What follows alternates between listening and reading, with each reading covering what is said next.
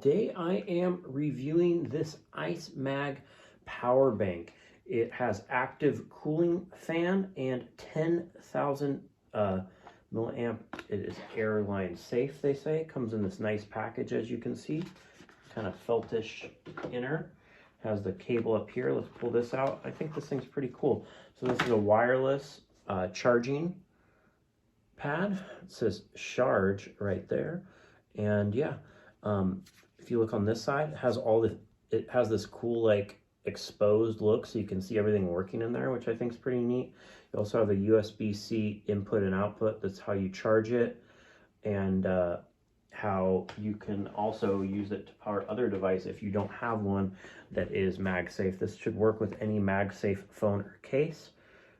Watch here, turn it on. It shows a battery indicator right here, and you can see we are charging.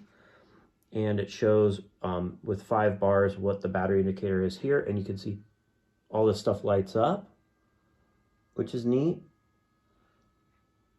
And you can see the vents here, so it's cooling it, which is great. It has a 20 watt max output, so it should charge very quick.